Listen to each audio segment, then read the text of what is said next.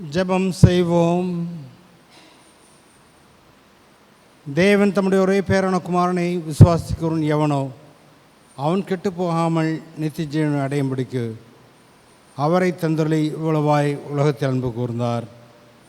இரக்கமுள்ள தகப்பனே, உம்முடைய ஏக சுதனை இந்த உலகத்திற்கு அனுப்பி பாவ மனுக்குலத்தை மீட்பதற்காக முதல் அருட்பணியாளராக அவரை அனுப்பி எங்களை மீட்டுக்கொண்ட நம்முடைய தயவுள்ள சித்தத்துக்காக நமக்கு நன்றி செலுத்துகிறோம்.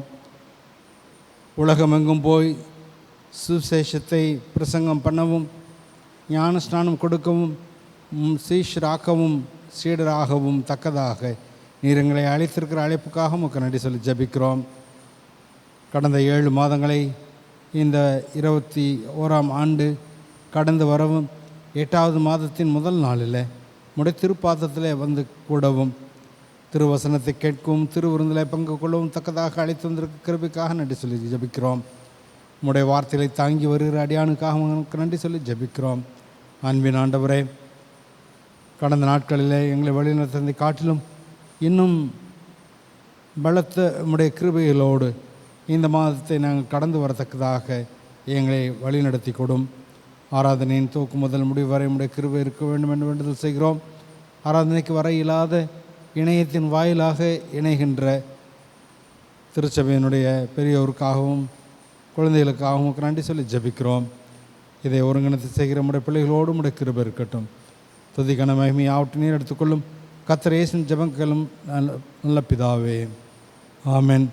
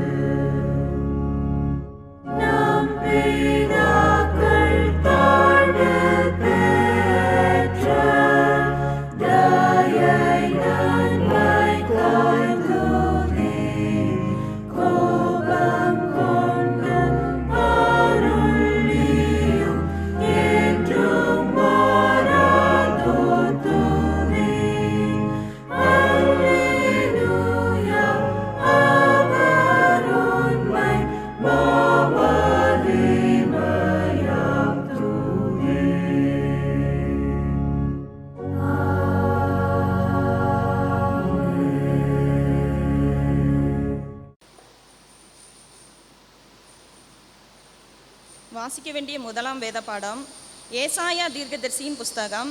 ஏசாயா 61ஆம் அதிகாரம் 1 முதல் 7 வரை. ஏசாயா 61 1 முதல் 7 வரை. கர்த்தராகிய தேவனுடைய ஆவியானவர் என் மேல் இருக்கிறார். சிறுமைப்பட்டவர்களுக்கு சுவிசேஷத்தை அறிவிக்க கர்த்தர் என்னை அபிஷேகம் பண்ணினார். இருதயம் நொறுங்குண்டவர்களுக்கு காயங்கட்டுதலையும், சிறுமைப்பட்டவர்களுக்கு விடுதலையும், கட்டுண்டவர்களுக்கு கட்டவிழ்களையும் கூறவும், கர்த்தருடைய அனுக்கிரக வருஷத்தை நம்முடைய தேவன் நீதியை சரிக்கட்டும் நாளையும் கூறவும், துயரப்பட்ட அனைவருக்கும் ஆறுதல் செய்யவும், சீயோனிலே துயரப்பட்டவர்களை சீர்படுத்தவும், அவர்களுக்கு சாம்பலுக்கு பதிலாக சிங்காரத்தையும் துயரத்துக்கு பதிலாக ஆனந்த தைலத்தையும் ஒடுங்கின ஆவிக்கு பதிலாக துதியின் உடையையும் கொடுக்கவும் அவர் என்னை அனுப்பினார். அவர்கள் கர்த்தர் தம்முடைய மகிமைக்கென்று நாட்டின நீதியின் விருட்சங்கள் எல்லாம் எண்ணப்படுவார்கள். அவர்கள் நெடுங்காலம் பாலாய் கிடந்தவர்களை கட்டி, பூர்வத்தில் நிர்மூலமானவர்களை எடுப்பித்து, தலைமுறை தலைமுறையாய் இடிந்து கிடந்த பாலான பட்டணங்களை புதிதாய் கட்டுவார்கள். மறுஜாதியார் நின்று கொண்டு உங்கள் மந்தைகளை மேய்த்து, அந்நிய புத்திரர் உங்கள் பண்ணையாட்களும் உங்கள் திராட்சை தோட்டக்காரருமாய் இருப்பார்கள். நீங்களோ கர்த்தரின் ஆசாரியர் என்று சொல்லப்படுவீர்கள். உங்களை நமது தேவனுடைய பணிவிடைக்காரர் என்பார்கள். நீங்கள் ஜாதிகளின் செல்வத்தை அனுபவித்து அவர்கள் மகிமையை கொண்டு மேன்மை பாராட்டுவீர்கள். உங்கள் வெட்கத்துக்கு பதிலாக இரட்டத்தனையாய் பலன் வரும். லட்சைக்கு பதிலாக தங்கள் பாகத்தில் சந்தோஷப்படுவார்கள். அது நிமித்தம் தங்கள் தேசத்தில் இரட்டிப்பான சுதந்திரம் அடைவார்கள். நித்திய மகிழ்ச்சி அவர்களுக்கு உண்டாகும். வாசிக்க வேண்டிய முதலாம் வேத படம் வாசித்தாயிற்று. தேவனுக்கே மகிமை உண்டாவதாக.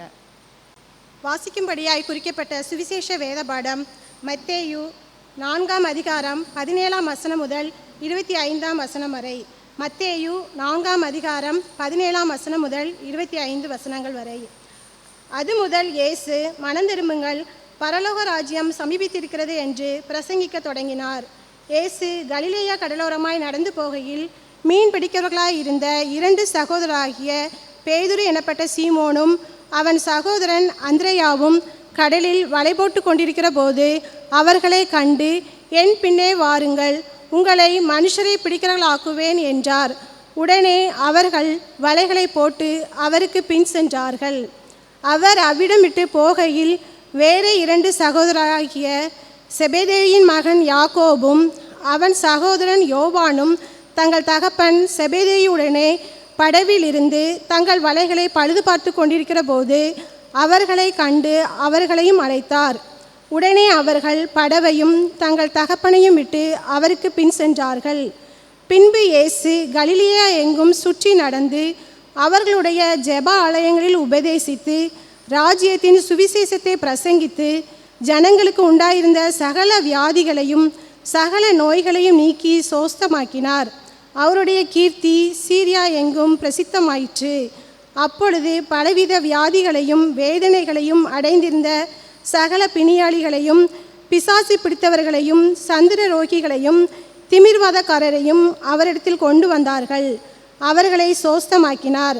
கலிலேயாவிலும் தெக்கப்போலியாவிலும் எருசலேமிலும் யூதேயாவிலும் யோர்தானுக்கு அப்புறத்திலும் இருந்து திரளான ஜனங்கள் வந்து அவருக்கு பின் சென்றார்கள். வாசிக்க வேண்டிய சுவிசேஷம் வேத பாடம் வாசித்தது. கிறிஸ்துவே உமக்கே மகிமை. எங்கள் கண்மலையும் எங்கள் மீட்பருமாகிய கர்த்தாவே, என் வாயின் வார்த்தைகளும் எங்கள் இதயத்தின் தியானமும் முது சமூகத்திலே ஏற்புடையதாக இருப்பதாக. ஆமேன். கிறிஸ்துவுக்கு அன்பானவர்களே, ஆண்டவராகிய இயேசுவின் பேரில் உங்கள் அனைவருக்கும் என்னுடைய வாழ்த்துக்களையும் வணக்கங்களையும் நான் தெரிவித்துக் கொள்கிறேன். மீண்டுமாக உங்கள் மத்தியிலே வந்து ஆண்டவரை தொழுது கொள்ள, உங்களோடு சேர்ந்து ஆராதிக்க ஆண்டவர் கொடுத்த கிருபைக்காக நான் ஆண்டவருக்கு நன்றி சொல்லுகிறேன். இந்த வாய்ப்பை எனக்கு கொடுத்த உங்கள் ஆலயத்தின் போதகர் அவர்களுக்கும் அவருக்கு துணையாக இருந்து ஊழியத்தை செய்கின்ற சகோதரனுக்கும் என்னுடைய நன்றிகளை நான் தெரிவித்துக் கொள்கிறேன். சகோதரன் சொன்னதை போன்று அவர் கல்லூரியிலே படித்த நாட்களிலிருந்து அவரை தெரியும். அவருடைய தந்தையோடு சேர்ந்து நான் பணியாற்றி இருக்கிறேன். ஒரு ஊழியக்காரன் என்றால் எப்படி இருக்க வேண்டும் என்று எனக்கு முதல் முன்னுதாரணமாக இருந்தவர் என்று நான் சொல்வேன் என்றால் அது மிகையாகாது. அவருடைய தந்தை என்னுடைய வாழ்விலே மறக்க முடியாத நபர்களிலே ஒருவர். ஆண்டவருடைய அருட்பணி, அதுதான் இன்றைக்கு நமக்கு கொடுக்கப்பட்டிருக்கக்கூடிய தலைப்பு. அருட்பணி ஞாயிறை நாம் முன்பதாக கொண்டாடிவிட்டோம். ஜூலை மாதம் 9ஆம் தேதி ஜீகன்பால்க் அவர்கள் தரங்கம்பாடியில் வந்து இறங்கின நாளை நாம் அருட்பணி தினமாக நாம் கொண்டாடி கொண்டிருக்கிறோம். நீங்கள் தரங்கம்பாடி சென்றிருந்தால் அந்த கடற்கரையிலே ஒரு சிறு நினைவு சின்னத்தை காணலாம். என்ன அந்த நினைவு சின்னம் என்றால், ஜீகன்பால்க் அவருடைய நண்பர் ப்ளூட்சோ இவர்கள் இருவரும் அருட்பணி ஆற்றுவதற்காக அங்கு வந்த நேரத்தில் அங்கிருந்த டேனிஷ் ஈஸ்ட் இந்தியா கம்பெனி அதனுடைய கவர்னர் இவர்களை உள்ளே அனுமதிக்கவில்லை. உள்ளே அனுமதியாமல் கடற்கரையிலே 3 நாட்கள் நிற்க வைத்தார். இவர்களும் பொறுமையோடு 3 நாட்கள் கடற்கரையிலே பகலின் வெயிலையும் இரவின் குளிரையும் தாங்கி கொண்டு நின்று கொண்டிருந்தார்கள். அந்த இடத்திலே அமைந்திருக்கக்கூடிய அந்த நினைவு சின்னம் இன்றைக்கும் ஒரு சாட்சியாக நின்று கொண்டிருக்கிறது. அவர் அங்கு ஆரம்பித்த ஊழியம் இன்றைக்கு நம்முடைய தமிழகம் மட்டுமல்ல, தமிழ் பேசக்கூடிய அனைத்து கிறிஸ்தவர்களுக்கும் ஒரு அடித்தளமாய் அமைந்திருக்கிறது என்று நாம் சொல்வோம் என்றால் அது மிகையாகாது. திருமறை மொழிபெயர்ப்பை தமிழிலே மொழிபெயர்த்தவர், முதலாவது மொழிபெயர்த்தவர் அவர், முதலாவது அச்சிட்டவர் அவர். அங்கு காகித தொழிற்சாலை ஒன்றை வைத்தார். அதற்கு கடுதாசு பட்டறை என்று ஒரு தெருவே உண்டு.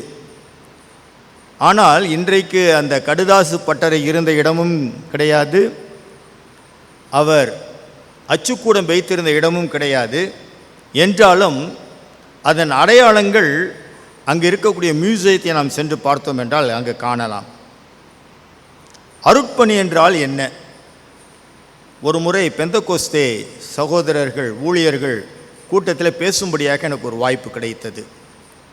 அவரிடத்தில் ஒரு கேள்வியை நான் கேட்டேன். அருட்பணி என்றால் என்ன, நற்செய்தி என்றால் என்ன? அதற்கு அவர்கள் சற்று நேரம் யோசித்தார்கள். யோசித்து, ஐயா ரெண்டும் ஒன்று தான், அருட்பணி என்றாலும் ஒன்று தான், நற்செய்தி பணி என்றாலும் ஒன்று தான் என்றார்.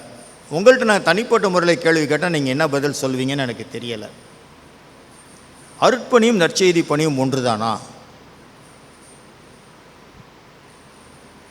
யாரா பதில் சொல்ல முடியுமா?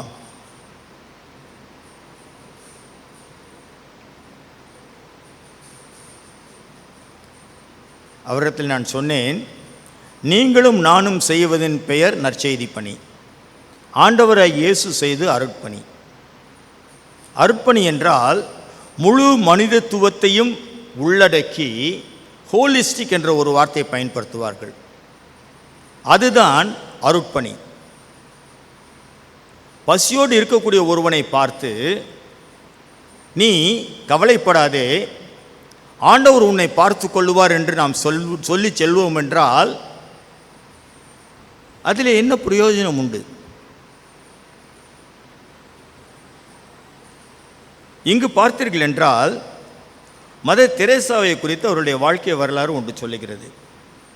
ஒரு இளம் துறவியாக கல்கத்தாவில் அவர் நடந்து சென்று கொண்டிருக்கும் பொழுது ஒரு குப்பை தொட்டியிலிருந்து ஒரு முனகல் சத்தம் கேட்டதாம். இவர்கள் என்ன நினைத்து கொண்டார்கள்? ஒரு பூனைக்குட்டியோ அல்லது நாய்க்குட்டியோ அந்த குப்பைகளுக்குள்ளே மாட்டிக்கொண்டது, அதை காப்பாற்ற வேண்டும் என்பதற்காக தன்னுடைய கைகளினாலே அந்த குப்பைகளை எடுத்து விட்டு பார்க்கும் பொழுது அவர் அதிர்ந்தார். காரணம், அதன் உள்ளே இருந்தது ஒரு வயதான ஒரு மூதாட்டி, தொழுநோய் பிடித்தவர்கள். பதறிப்போய் இவர்கள் தூக்கின நேரத்தில் அவர்கள் சொன்னார்களாம், my son did it to me, என்னுடைய மகன் இதை எனக்கு செய்தான். அன்றைக்கு பிறந்தது தான் சிஸ்டர்ஸ் ஆஃப் சேரிட்டி. ஆனால் அவர்களை நம்முடைய நாட்டிலே ஒரு குறிப்பிட்ட சமூகத்தினர் ஏற்றுக்கொள்ளவில்லை. ஒரு எம்பி என்ன சொன்னார் தெரியுங்களா? அவர்களை பார்க்கும் பொழுது ஒரு சூனியக்காரியை பார்ப்பதை போன்று எனக்கு இருந்தது என்று சொன்னார். அவர்கள் மரித்த பொழுது அவர்களுக்கு அரசு மரியாதையோடு அடக்கம் செய்தார்கள். அதற்கு எதிர்ப்பு தெரிவித்து அப்படி கொடுக்கக்கூடாது, அரசு மரியாதை கொடுக்கக்கூடாது என்று வழக்கு மன்றத்திலே வழக்கு தொடுத்தார்கள். ஆனால் அந்த வழக்கை அந்த கல்கத்தா உயர்நீதிமன்றம் தள்ளுபடி செய்தது. அவர்களுக்கு ஒரு அரசு மரியாதையோடு அடக்கம் செய்யப்பட்டார்கள். அவர்களை பார்த்து ஒரு முறை ஒரு கேள்வி கேட்டார். நீங்கள் செய்வது எல்லாம் மதம் மாற்றுவதற்கு தானே என்று கேட்டாராம். அதற்கு அவர் சொன்னார், ஐயா, நான் இயேசுவை குறித்து போதிக்கிறேன் என்பது உண்மை. இயேசு எனக்கு சொல்லிக் கொடுத்ததை நான் மக்களுக்கு செய்து கொண்டிருக்கிறேன். எனக்கு தேவை மதமாற்றம் அல்ல, மனமாற்றம் என்று சொன்னாராம். இதுதான் அருட்பணியின் நோக்கம். எ ஃப்ரெண்ட்லி மெசஞ்சர் என்று ஒரு பத்திரிகை வந்து கொண்டிருக்கிறது. அதிலே ஒரு வாசகம் இப்படி இருக்கிறது, a church without mission is a church without vision. A church without mission is a church without vision. அருட்பணியை குறித்து சிந்தனை இல்லாத ஒரு திருச்சபை தரிசனமற்ற திருச்சபை, பார்வையற்ற திருச்சபை என்று கூட நாம் சொல்லலாம்.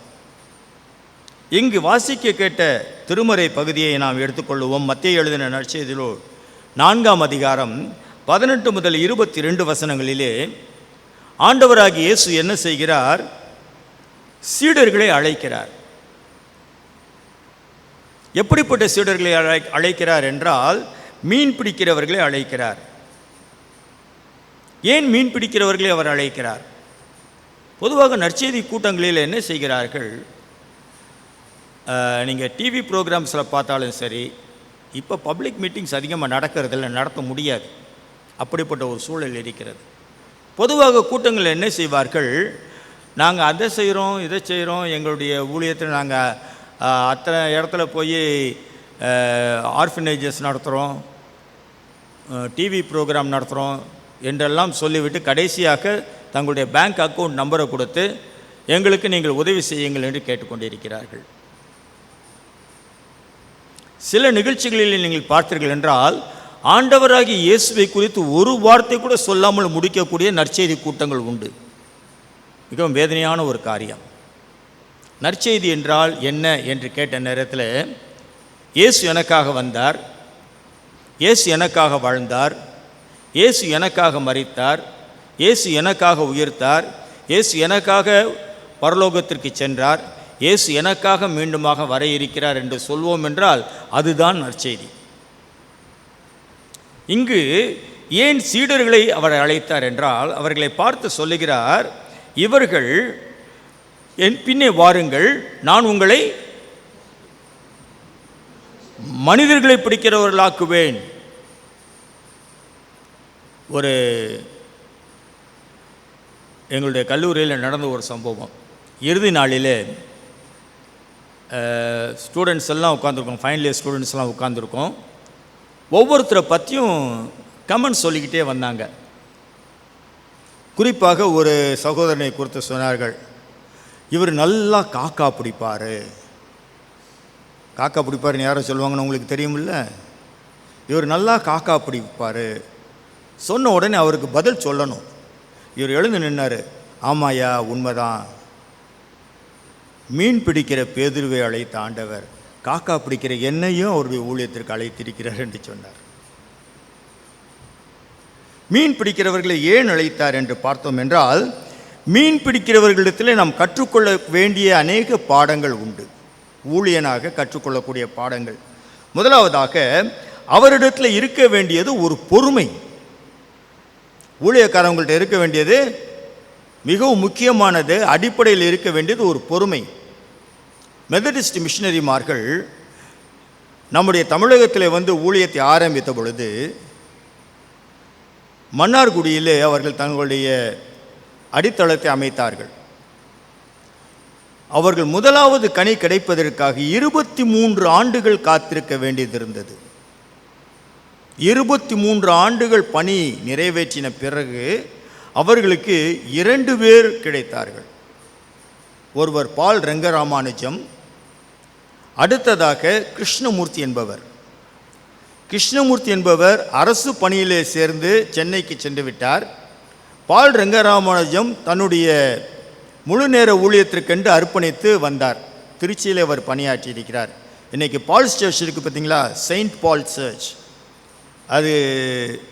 அதனுடைய உண்மையான பெயர் பால் ரங்கராமானுஜம் மெமோரியல் சர்ச். செயிண்ட் கிடையாது, எப்படியோ செயின்ட்டுன்னு போட்டாங்க, ஏற்றுக்கொள்வார்கள். ஏன்னா செயின்ட் ஒருத்தர் இருக்கார் பால் என்ற பேரில். கொடுமை என்னன்னா, கிறிஸ்டோபர்ஸ் சர்ச் இருக்கு இல்லையா, செயின்ட் கிறிஸ்டோபர்ஸ் சர்ச். செயின்ட் எந்த செயின்ட் கிறிஸ்டோபர் இருந்தார்? ஹாட்லி என்று சொல்லக்கூடிய ஒரு இறைப்பணியாளர், கிறிஸ்டோபர் ஹாட்லி. அவர் ஒரு மெத்தடிஸ்ட் மிஷினரியாக ஃபின்லே கல்லூரியிலே அநேக ஆண்டுகள் பணியாற்றினார். அவருடைய ஊழியத்தின் பெரும் பகுதி மன்னார்குடியிலே தான் இருந்தது.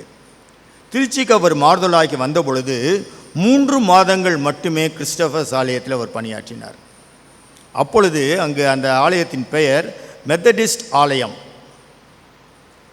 அந்த மெத்தடிஸ்ட் ஆலயத்தில் அவர் பணியாற்றிய பொழுது அவருக்கு ஒரு டைஃபாய்டு காய்ச்சல் வந்து அதில் அவர் இறந்து போனார் 3 மாதத்திலேயே. அவருடைய கல்லறை அங்கு தான் இருக்கிறது. பால் ரங்கராமானுஜம் கல்லறையும் அங்கு தான் இருக்கிறது. கிறிஸ்டபர் ஆலயம் என்று இருந்தது. திடீரென்று செயிண்ட் வந்து முன்னால் வந்துடுச்சு. அது எப்படி வந்துச்சுன்னு தெரியாது, யார் போட்டான்னு தெரியாது. நான் அங்கே கடைசி ஆண்டு காலங்கள் பணியாற்றிய உழுத ஒருத்தர் சொன்னார், அதான் அந்த செயிண்ட்டை எடுத்துடணுன்னாரு.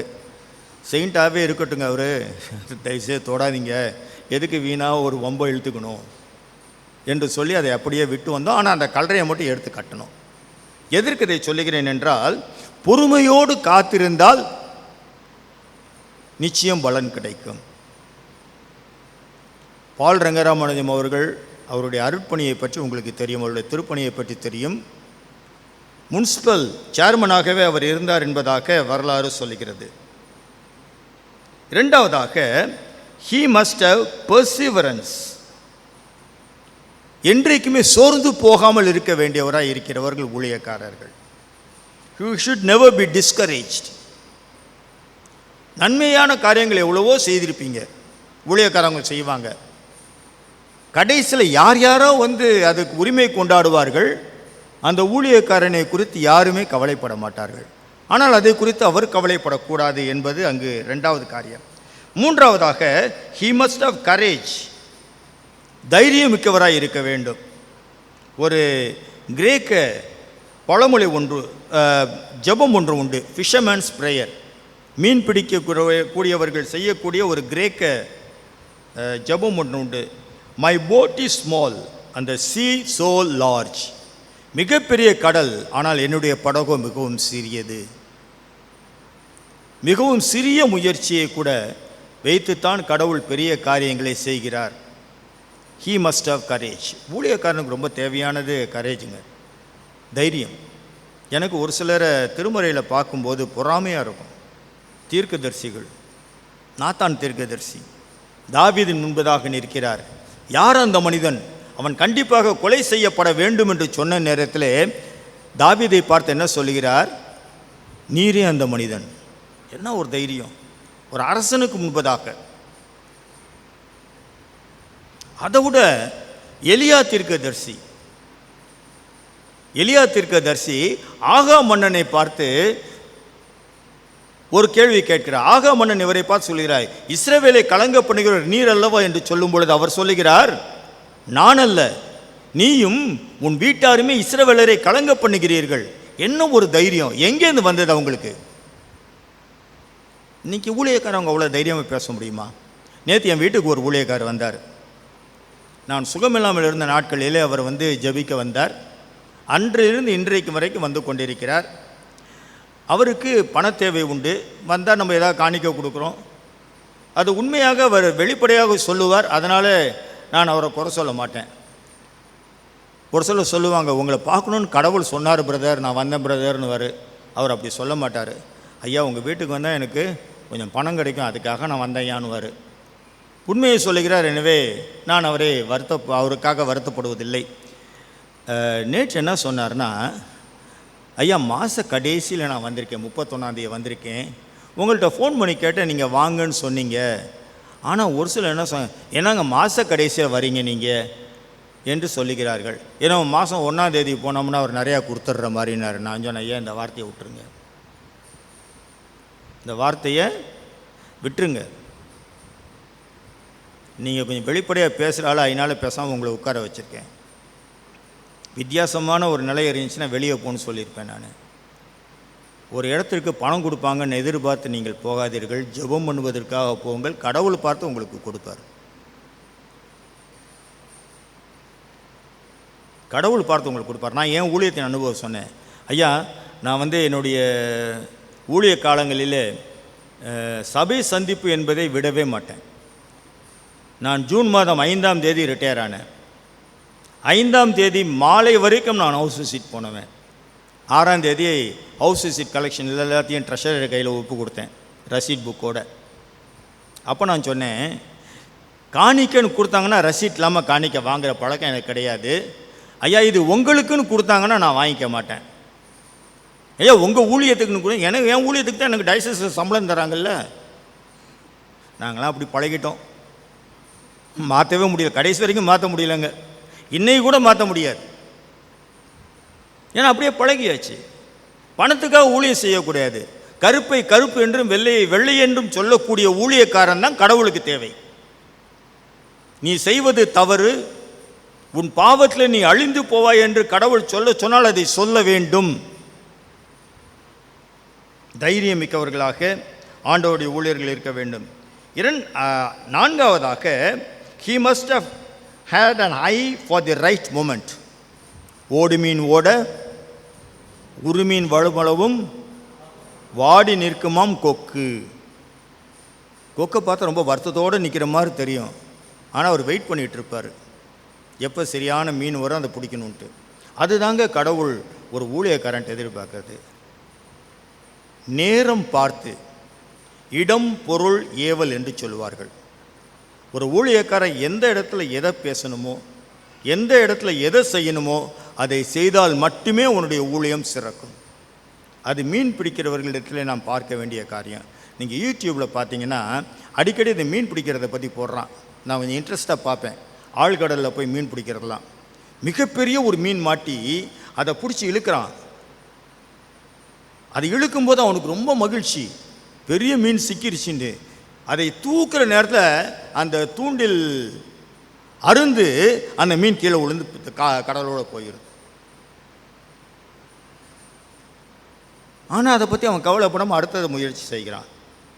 சரியான நேரத்திற்கு காத்திருத்தல். கடைசியாக, he must fit the bait for the fish. இந்த தூண்டிலில் ஒரு புழுவை போன்று மாட்டுவார்கள். அதை சரியான முறையிலே மாட்ட வேண்டும் என்பது இந்த மீன் பிடிக்கிறவர்கள் கற்றுக்கொள்ளக்கூடிய பாடம். ஊழியக்காரர்களும் அப்படித்தான். யாரை எந்த நேரத்தில் எப்படி பேசி கடவுளுக்கென்று ஆதாயம் செய்ய வேண்டும் என்பது இந்த ஊழியக்காரர்கள் செய்ய வேண்டிய வேலை. இது கடவுள் ஒரு ஊழியக்காரரிடமிருந்து எதிர்பார்க்கிறார். அதற்கு உதாரணமாக இந்த மீன் பிடிக்கிறவர்கள் தெரிந்து கொண்டக்கூடிய காரியம்.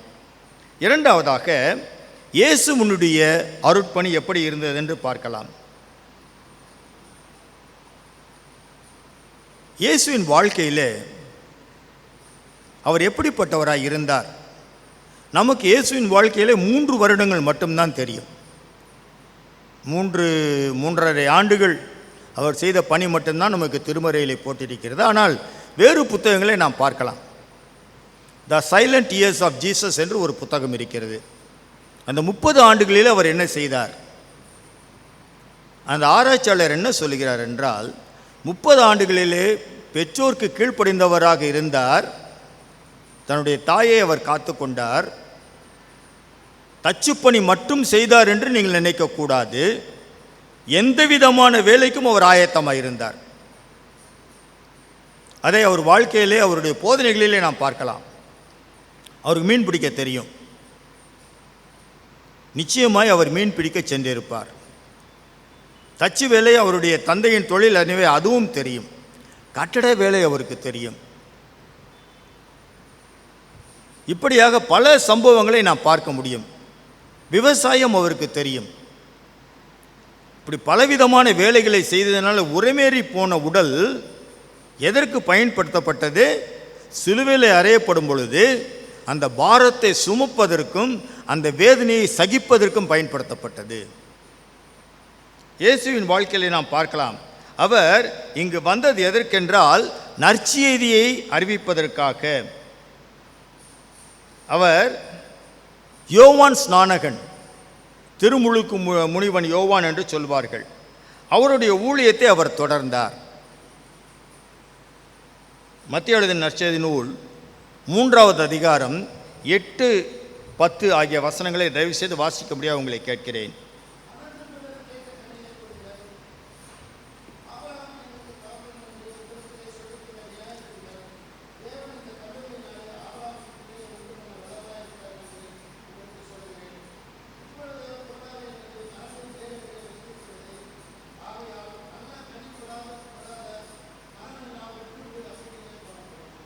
மனம் திரும்புதல் கேற்ற கனிகளை கொடுங்கள். ரொம்ப கஷ்டங்க இது. ஊழியக்காரன் நீங்கள் என்னத்தை எதிர்பார்க்குறீங்க? நம்ம என்னத்தை எதிர்பார்க்குறோம்? ஆண்டவர் உங்களை ஆசீர்வதிப்பார். எல்லாம் உங்களுக்கு நன்மையாக நடக்கும்.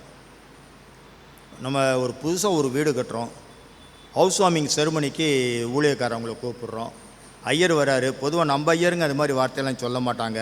மற்ற ஊழியக்காரவங்க வராங்கல்ல, ஒருத்தர் சொன்னாருங்க, என்னை ஜெபம் பண்ண சொன்னாங்க. நான் என்ன ஜெபம் பண்ணணும், ஆண்டவரை இந்த இல்லத்தை கட்டுவதற்கு நீர் கொடுத்த கிருபைக்காக நன்றி சொல்லிக்கிறோம். தேவையான பொருளை எல்லாம் நீர் தந்தீர், உமக்கு ஸ்தோத்திரம். இந்த வீடு இவர்களுக்கு ஆசீர்வாதமாக இருக்கட்டும். இந்த வீட்டுக்கு வருகின்றவர்கள் உங்களுடைய ஆசீர்வாதத்தை காண நீர் கிருபையை தாரும். இதுதான் நான் செஞ்ச ஜெபம்.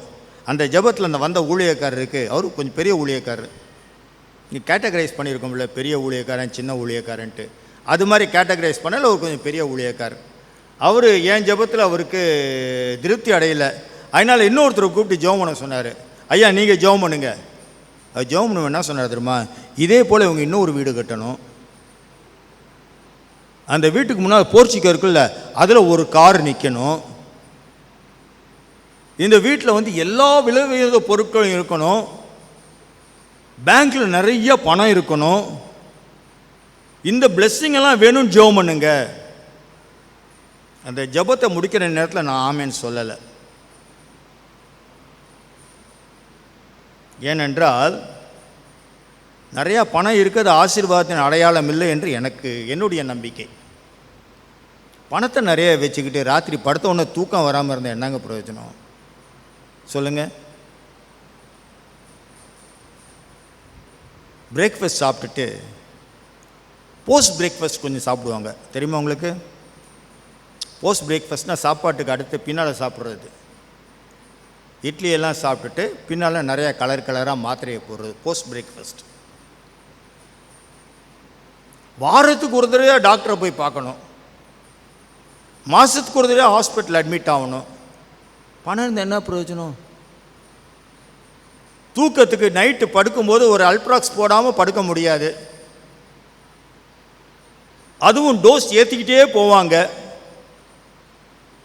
தூக்கம் வர மாட்டேங்குதுங்க. என்னங்க பிரயோஜனம்? பணம் இருந்தால் என்ன பிரயோஜனம்?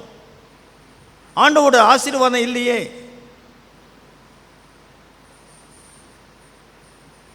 இதை நாம் யோசித்து பார்க்க வேண்டும். அது உங்களுக்கு பார்த்து மனம் திரும்புங்கள் என்று ஒரு வார்த்தையை சொல்லிட்டோம்னா கோபம் வந்துடும். என் நண்பன் ஒருத்தர் இருந்தான், ஜபக்குழுவில் இருந்தான். நான் கல்லூரியில் படிக்கிற நாட்களில் அவன் ஒரு நாள் வந்து உட்காரும்போது அவன்கிட்ட பயங்கர சிகரெட் ஸ்மெல் அடிச்சிச்சு. ஏய் என்னடா ஸ்மோக் பண்ணிட்டு வந்தியா? ஏய் அதை பற்றி நீ கேட்காத, பார்த்துக்கப்பா இதுதான் ஆரம்பம், பிசாசோட வலையில் விழுந்துடாத, பிசாசுன்னு பேசினா உதப்பேன் உன்னையான்னு சொன்னான். ஏற்றுக்க முடியலங்க. உன் பாவத்தில் மனம் திரும்புன்னு சொன்ன ஒருத்தர் சொன்னால் ஏற்றுக்க முடியல. ஆண்டவர் சொல்கிறாரு மனம் திரும்புங்கள். அதுதான் நம்முடைய வாழ்க்கையில் முக்கியமான ஊழியம். ஆண்டவர் அதை செய்தார். இரண்டாவதாக ஆண்டவர் என்ன விதமான ஊழியத்தை செய்தார் என்று பார்க்க வேண்டும். லூக்கா எழுதின நற்செய்தி நூல் 4வது அதிகாரம் 17 முதல் 19 வசனங்கள். இதற்கு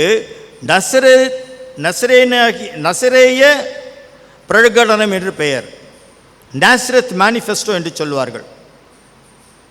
நாசரேத் ஊரிலே அந்த ஜெப ஆலயத்தை நான் பார்த்திருக்கிறேன். ஐயா சொன்னார் பல தடவை போயிட்டு வந்திருக்கேன், 10 தடவை போயிட்டு வந்திருக்கேன். ஐயா 8 தடவைன்னு சொன்னார்னு நினைக்கிறேன். ஆனால் அந்த இடத்துல ஆண்டவராகிய இயேசு தன்னுடைய ஊழியத்தை எப்படி இருக்க என்று சொல்கிறார். அது வந்து ஏசியா தீர்க்கதரிசியின் புத்தகம் 61வது அதிகாரம் முதல் 2 வசனங்களிலே உள்ள வசனங்களை அவர் வாசிக்கிறார்.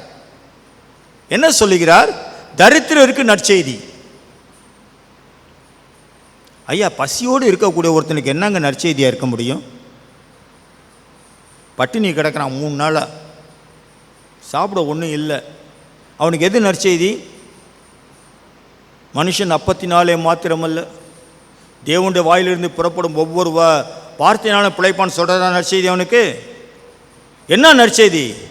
ஏய் இந்தாடா சாப்பாடு சாப்பிடு, அதான் நற்செய்தி அவனுக்கு. ஏசு தான் செஞ்சார். உட்கார்ந்து இவ்வளோ நாள் பிரசங்கத்தை கேட்டுக்கிட்டு இருக்காங்க, இப்படியே அனுப்பிட்டேன்னா வழியில் சோர்ந்து போவார்கள், அவர்களுக்கு உணவு கொடுங்கள் என்று சொன்னார். கடவுள் தேவைகளை சந்தித்தார், ஆசைகளை அல்ல. தரித்திரருக்கு நற்செய்தி. அடுத்தது என்ன செஞ்சாருங்க? சிறைப்பட்டவர்களுக்கு விடுதலை. என்ன தேவையோ மனிதர்களுக்கு அந்த தேவைகளை சந்தித்தார். அதுதாங்க அருட்பணி, அதுதான் அவருடைய ஊழியம். அதைத்தான் நாமும் செய்ய வேண்டும் என்பதை அவர் விரும்புகிறார்.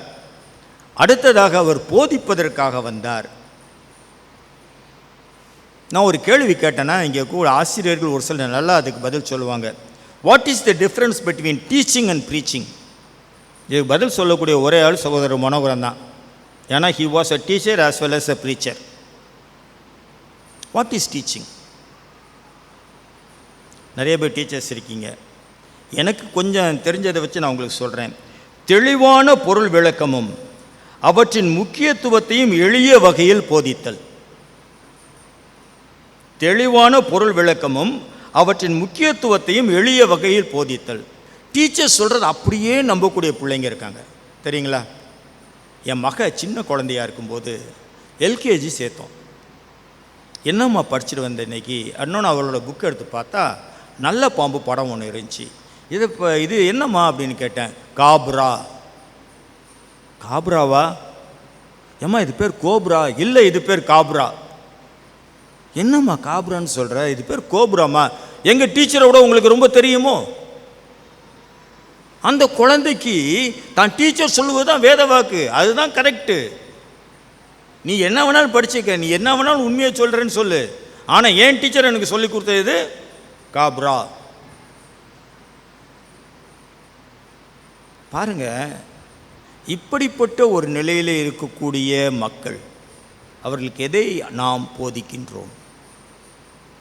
இதை நாம் யோசிக்க வேண்டும். அடுத்ததாக ப்ரீச்சிங் என்றால் என்ன? பிரசங்கம் என்றால் என்ன? உண்மைகளை எவ்விதமான சமரசமும் இன்றி இறை செய்தியை கூறுதல். No compromise. என்னை கேட்டிங்கன்னா இந்த காம்ப்ரமைஸ்ன்ற வார்த்தை ஒரு கெட்ட வார்த்தைன்னு சொல்லுவேன். கிறிஸ்தவத்தில் ஒரு கெட்ட வார்த்தை இருக்குன்னா காம்ப்ரமைஸ். இயேசு கிறிஸ்து மட்டும் அந்த காம்ப்ரமைஸ் செய்திருந்தாருன்னா அன்னைக்கு பிசாசு கிட்ட சிலுவை எதுக்கு? அவன் சொன்னான்ல, என் காலில் விழு, எல்லாத்தையும் உனக்கு கொடுக்குறேன். ஆனால் அவர் அப்பாலே போ சாத்தானேன்ட்டார்ல. Do we have compromise? ஐயா, இன்னைக்கு பிழைக்கிறதுக்காக எந்த லெவலுக்கு போக தயாராக இருக்கமே. ஆண்டவர் எதற்காக நம்மை அழைத்தார்? தலைவர்கள் ஒரு வெள்ளைக்காக்கா பறக்குது பாருன்னா, இல்லைங்க 2-3 பறக்கிற மாதிரி இருக்குன்னு சொல்லிக்கிட்டு தானே உட்காந்துட்டு இருக்கோம். அப்படி சொல்லாமல் இருந்தால் ஆபத்து, அப்படி சொன்னால் பாடுகள். ஆனால் இயேசு வந்தது பாடுகளை ஏற்றுக்கொள்வதற்குத்தான் வந்தார். அதைத்தான் நம்மிடமிருந்தும் அவர் எதிர்பார்க்கிறார். இயேசு கிறிஸ்து இந்த உலகத்தில் வந்து எதுக்கு தெரியுங்களா? To defeat man's misunderstandings. To defeat man's misunderstandings. பல காரியங்களில் தவறான புரிந்து கொள்ளுதலை நாம் வைத்திருக்கிறோம் அல்லவா? அவற்றை தோற்கடிப்பதற்காக இயேசு வந்தார். மக்கள் என்ன செய்கிறார்கள்? சில உண்மைகளை தெரிந்திருந்தாலும்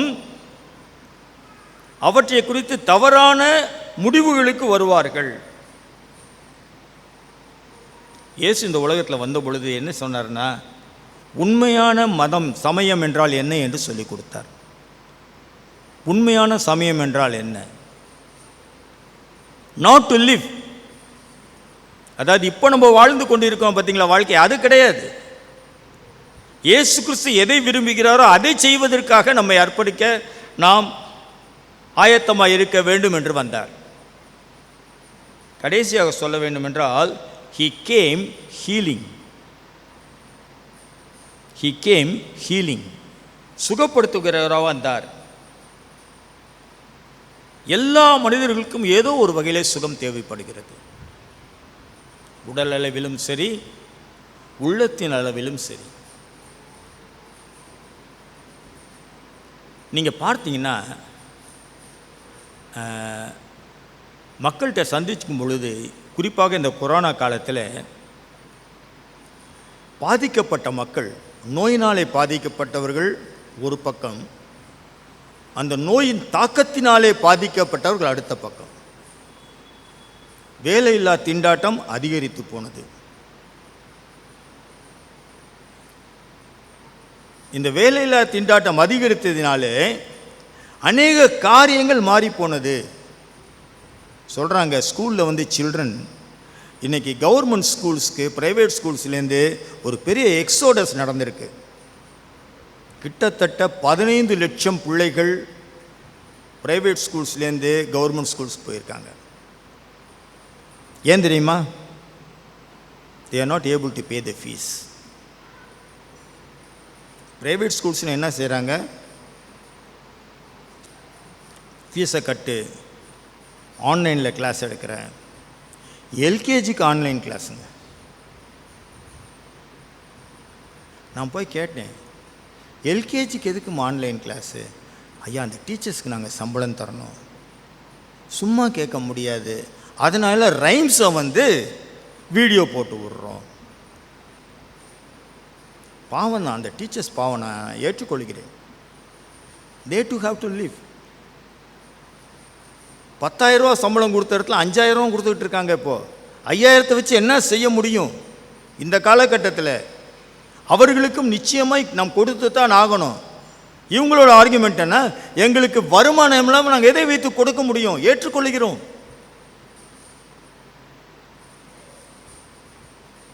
மனதளவில் எவ்வளவு தூரம் பாதிக்கப்பட்டிருக்கிறார்கள். இன்றைக்கு ஒருத்தர் என்ன சொன்னார்னா, மெடிக்கல் டாக்டர்ஸ் எவ்வளவு தூரம் முக்கியமாய் தேவையோ அதுபோல் மனநலம் படித்தவர்களும் அதிகம் தேவைப்படுகிறார்கள். கவுன்சிலர்ஸ் நிச்சயம் அதிகமாய் தேவைப்படுகிறார்கள். இயேசு இந்த உலகத்தில் வந்த பொழுது மக்களுடைய வேதனைகளை தோற்கடிப்பதற்காக வந்தார். he came to defeat pain. புதுசாக ஒரு ஹாஸ்பிட்டல் ஓப்பன் பண்ணியிருக்காங்க தெரியுங்களா? வலிகளை போக்கக்கூடிய மருத்துவமனை. அதாவது மருத்துவத்தில் வளர்ந்து கொண்டே போகிறதுல பெயினுக்காக தனியாக மருத்துவமனை வைக்க ஆரம்பிச்சிட்டாங்க. இயேசுவின் வாழ்க்கையில் சாதாரணமான மக்களை பார்த்து சாதாரணமான வார்த்தைகளை சொல்லி போவதை அவர் விரும்பவில்லை. மாறாக அவர் உண்மையை, சத்தியத்தை செயல்பாட்டிலே கொண்டு வருவதை விரும்பினார். நான் ஒரு லீடர்ஷிப் காலேஜில் இப்போ ஒர்க் பண்ணிக்கிட்டு இருக்கேன், பார்ட் டைம்.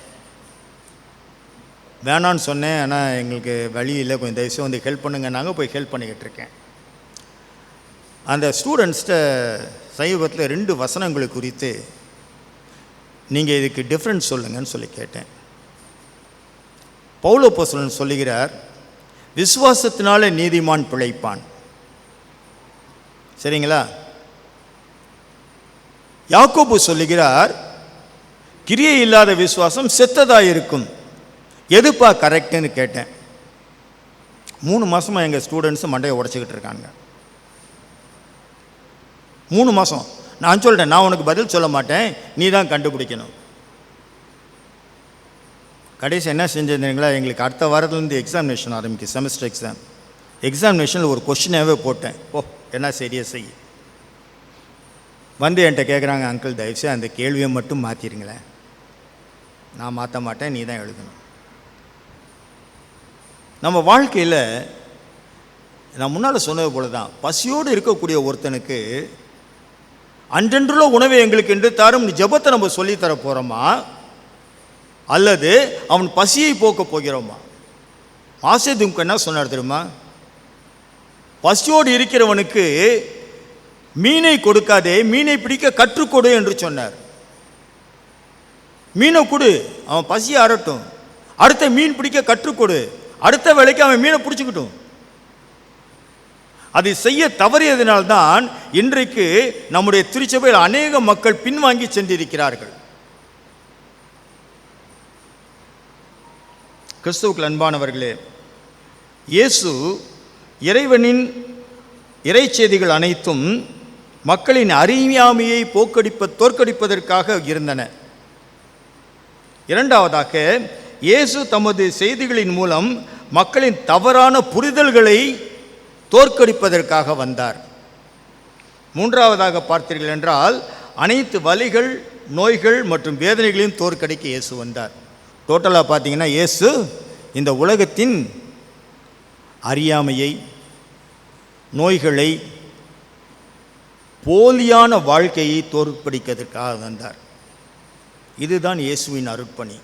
அருட்பணி ஞாயிறை கொண்டாடுகின்ற நாம் எந்த விதமான ஊழியத்தை செய்ய ஆயத்தமாக இருக்கிறோம் என்பதை சிந்தித்துக் கொள்வோம். ஜெபம் செய்வோம். அன்பின் ஆண்டவரே, எங்கள் ஆண்டவர் அருட்பணி செய்ததை குறித்து நாங்கள் கேள்விப்பட்டோம். இந்த உலகத்தின் அறியாமையை, நோய்களை, வலிகளை எல்லாம் தோற்கடிப்பதற்காக வந்த அந்த ஆண்டவர் எங்களையும் அந்த ஊழியத்தில் இணைக்கும்படியாக வந்திருக்கிறார், எங்களை அழைத்திருக்கிறார். அந்த ஊழியத்திற்கென்று எங்களை அர்ப்பணிக்க கிருபையை தாரும். மீட்பர் இயேசுவின் மூலமே ஜெபிக்கிறோம் பிதாவே, ஆமேன்.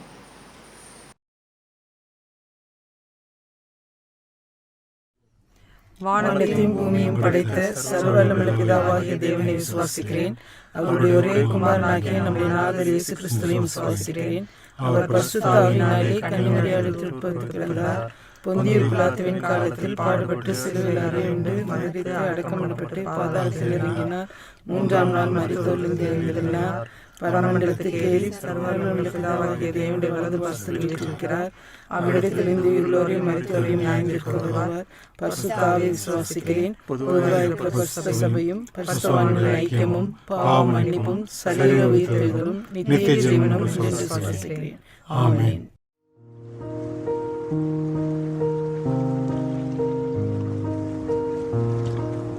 நன்றியால் நெஞ்சம் நிறைந்திடுதே, நன்மைகள் நாளும் நினைந்திடுதே.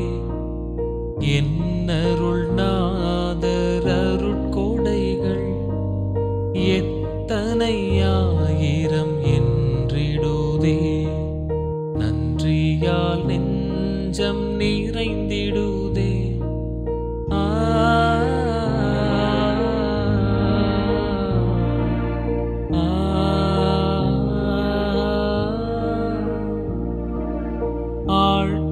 ஆழ்கடல்லாகாயம் விண் சுடர்கள், ஆறுகள் காடுகள் நீர்நிலைகள், சூழ்ந்திடும் தென்றல் நீள்மரங்கள், தூயனல் தேன்மலர் தேங்கனிகள், சூழ்ந்திடும் தென்றல் நீள்மரங்கள், தூயனல் தேன்மலர் தேங்கனிகள். நன்றியால் நெஞ்சம் நிறைந்திடுதே.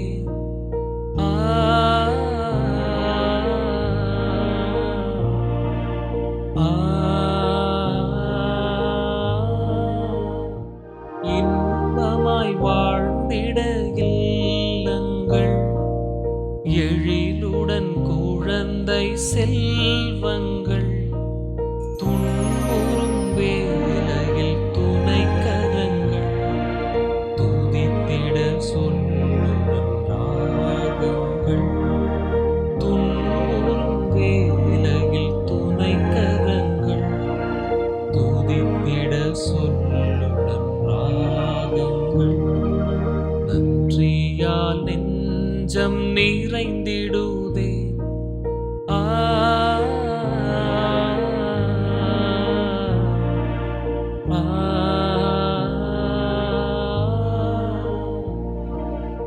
உறவினில் மகிழ்ந்திட நல் நண்பர், உதவிகள் செய்திட பல்பணியர், அறவழி காட்டிட அருள் பணியர், அன்புடன் ஏற்றிட ஆண்டவர், அறவழி காட்டிட அருள் பணியர், அன்புடன் ஏற்றிட ஆண்டவர். நன்றியால் நெஞ்சம் நிறைந்திடுதே.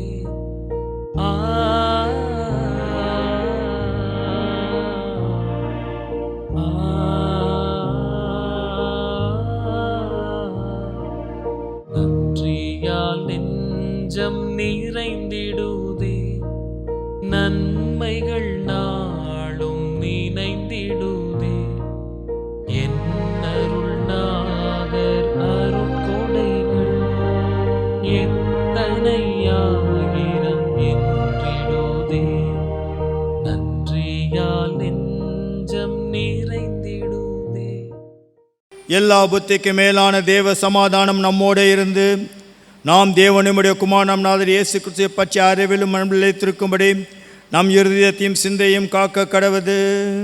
பிதா குமாரன் பரிசுத்தமாகிய சர்வ வல்லமை பொருந்திய தேவனுடைய ஆசீர்வாதம் நமக்குள்ளே இருந்து எப்பொழுதும் நம்மோடு நிலைத்திருக்க கடவது. தரித்திரருக்கு சுவிசேஷத்தை பிரசங்கிக்கவும், இருதயம் நறுங்குண்டவர்களை குணமாக்கவும், சிறைப்பட்டவர்களுக்கு விடுதலையும், குருடருக்கு பார்வையையும் பிரசித்தப்படுத்தவும், நொறுங்குண்டவர்களை விடுதலையாக்கவும், கர்த்தருடைய அனுக்கிரக வருஷத்தை பிரசித்தப்படுத்தவும் எங்களை அனுப்புகின்ற எங்கள் அருமை தகப்பனே, உம்முடைய சுவிசேஷத்தை சுத்த சுவிசேஷமாக அறிவிக்கும்படியாக தைரியத்தோடும் ஞானத்தோடும் கிருபை வரங்களோடும் பணியாற்ற எங்களை அழைத்திருக்கிற நம்முடைய கிருபைக்காக நன்றி சொல்லி ஜெபிக்கிறோம். அருட்பணி நினைவு கூறும்படியாக இந்த நாளில் உம்முடைய வசனங்களை நீர் எங்கள் மத்தியில் வைத்ததற்காகவும் உம்முடைய வசனத்தை தாங்கி வந்த உம்முடைய அடியாருக்காகவும் நன்றி சொல்லி ஜெபிக்கிறோம். அன்பின் ஆண்டவரே, தூய மார்க்கு சேகரத்தினுடைய போதகர் அவருடைய குடும்பம் உம்முடைய திருப்பாத்திரம் ஒப்புரத்தி ஜபிக்கின்றோம். கர்த்தர் தொடர்ந்து அவருடைய முயற்சிகளை ஆசீர்வதிக்க வேண்டும் என்று வேண்டுதல் செய்கின்றோம். எங்களுடைய ஆலயத்தில் இருக்கிற சிறு பிள்ளைகளுக்கு அவனுடைய பார்த்து நன்றியோடு வருகிறோம். சீக்கிரமாக ஓய்வு நாள் பாடசாலை ஆரம்பிக்கத்தக்கதான நல்ல சமூக சூழ்நிலைகளை நீ தரத்தக்கதாக வேண்டுதல் செய்கிறோம். உலகெங்கிலும் கொரோனா தொற்று நோயினாலே பாதிக்கப்பட்டிருப்பவர்கள் அதிலிருந்து விடுதலையாகவும், ஆண்டவரே இந்த உலகம் சீக்கிரமாக இந்த பெருந்தொற்றிலிருந்து விடுதலையாகவும் தக்கதாக எடுக்கிற எல்லா முயற்சிகளிலும் உடைய கிருபை நிறைவு இருக்க வேண்டும் என்று வேண்டுதல் செய்கிறோம். எங்களுடைய பேராயருக்காகவும் பேராயத்தில் பணியாற்றுகின்ற அனைத்து ஆண்டவருடைய ஊழியக்காரர்களுக்காகவும் உடைய பாத்திர நன்றியோடு வருகிறோம். தொடர்ந்து நாங்கள் இந்த பகுதிகளிலே உப்பாகவும் ஒளியாகவும் இருக்க எங்களுக்கு அருள் தாரும். அன்பின் தகப்பனே, ஆலய ஆராதனை பங்கு கொண்ட அனைத்து அடியார்களையும் ஆசிர்வதியும். தொடர்ந்து ஆண்டவரே, ஆலய ஆராதனையில் பங்கு பெற முடியாத சூழ்நிலையில் இருக்கிற பெரியோர்களையும் குழந்தைகளையும் கர்த்தர் தாமே வழி நடத்தி ஆண்டவரே இந்த மாதத்துக்குரிய சகல ஆசீர்வாதங்களையும் சம்பூர்ணமாக பெற்றுக்கொள்வதற்கு அவர்களுக்கு பூர்ணமான வழி நடத்தலை கொடுங்க. அன்பின் தகப்பனே, வேலை இல்லாமல் இருக்கிற மக்களுக்கு ஏற்ற வேலை வாய்ப்புகளையும், திருமண பந்தத்தில் ஈடுபட இருக்கிற பிள்ளைகளுக்கு தேவையான கிருபை வரங்களையும் நீர் தரத்தக்கதாக நான் வேண்டுதல் செய்கின்றோம். அன்பின் ஆண்டவரே, எங்களுடைய வாலிப பிள்ளைகளுக்கு அவசேஷமாய் உம்முடைய பாதத்தில் வேண்டுதல் செய்கின்றோம். கல்லூரிகளும் பள்ளிகளும் திறக்கப்படத்தக்கதாக மீண்டுமாக உம்முடைய பாதத்தில் நாங்கள் வேண்டுதல் செய்கின்றோம். இந்த ஆராதனையை பதிவேற்றம் செய்கின்ற உம்முடைய பிள்ளைகள், அதை ஒளிபரப்பு செய்கின்ற உம்முடைய பிள்ளைகள், அதற்கான காரியங்கள் ஈடுபடுகின்ற அனைத்து உமது அடியார்களையும் நீர் ஆசீர்வதிக்க வேண்டும் என்று வேண்டுதல் செய்கிறோம். தொடர்ந்து ஆண்டவரே, வருகின்ற மாதம் முழுவதுமாக நாங்கள் ஆற்ற வேண்டிய பணிகளில், குறிப்பாக தூய மார்க்க ஆலயத்தின் மூலமாக செய்ய வேண்டிய பணிகளிலும் உம்முடைய கிருபை நிறைவு உங்களோடு கூடந்து வழிநடத்த வேண்டும் என்று எங்கள் அருமை நாதர் உயிர்த்தெழுந்த மீட்பர் இயேசுவின் திருப்பாதம் அணிந்து தாழ்மையோடு வேண்டுகிறோம். ஜீவனுள்ள பிதாவே, ஆமென்.